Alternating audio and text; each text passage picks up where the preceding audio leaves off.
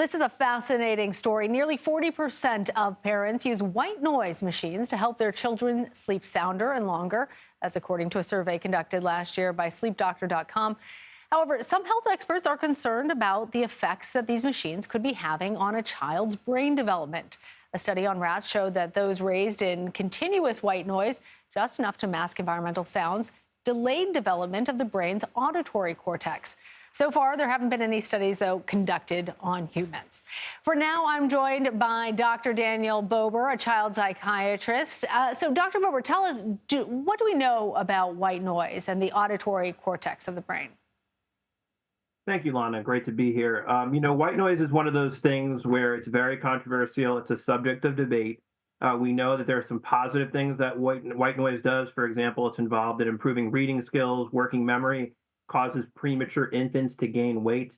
But what this topic is really about is about brain development. And it's really theoretical because there are no human studies that support this theory. And the theory is that white noise is all the frequencies at the same level of intensity. And what that might do is it may drown out certain sounds that infants need to develop language skills, or what we call an acoustic map. So by blocking those networks, it may impair language development. It's a theory, and there's really nothing to back it up in human studies. But given the fact that so many parents are using these white noise machines, it's obviously very relevant. Yeah, definitely something that parents are going to want to discuss. Help us understand better white noise and how it differs from other types of noise, brown noise, pink noise, or even music. So white noise is all the sound frequencies at the same level of intensity. Pink and brown noise is like white noise, but the high frequencies are missing. And some people find these sounds very soothing. Some people find them very irritating. I know that some of my therapist colleagues will use them to drown out conversations when they're having private conversations. So it's something that's talked about a lot in the sleep literature. But again, we know that the absence is evidence is not the evidence of absence. So it's still an open question at this point.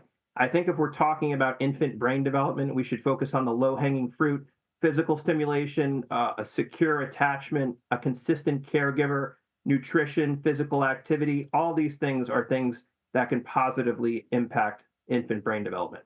Well, Dr. Bober, I've often wondered about how loud these devices are. Anything you can tell us about what effect that they might have on the hearing of youngsters?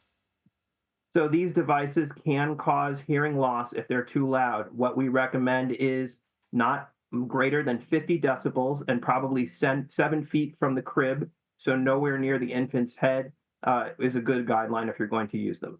Really appreciate this deep dive into white noise. Dr. Daniel Bober, thank you. My pleasure.